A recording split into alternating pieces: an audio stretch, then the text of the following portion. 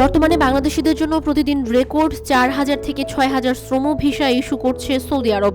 সামনের দিনে এই ধারা অব্যাহত থাকার সম্ভাবনা রয়েছে। বাংলাদেশ থেকে বিভিন্ন খবরের বরাতে এই তথ্য জানিয়েছে গালফ নিউজ।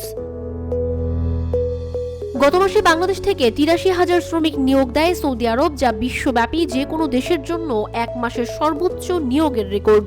সৌদি আরবের উচ্চাকাঙ্ক্ষী ভিশন 2030 প্রকল্পের আওতায় উন্নয়ন কার্যক্রম ত্বরান্বিত করার কারণে শ্রমিকদের এই চাহিদা বেড়েছে।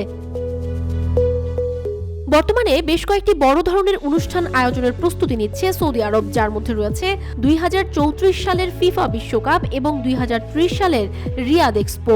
পাশাপাশি বিমানবন্দর, রেলপথ ও স্টেডিয়ামের মতো বড় পরিকাঠামো প্রকল্পও পরিচালিত হচ্ছে।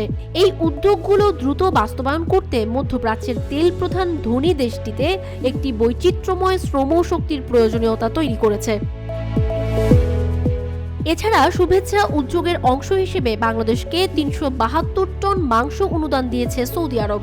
বাংলাদেশের পররাষ্ট্র মন্ত্রণালয়ের একজন কর্মকর্তা জানিয়েছেন, এই মাংস দেশের 64 জেলার 95টি এলাকার অনাথ, মাদ্রাসা ও অসহায় মানুষের মধ্যে বিতরণ করা হবে।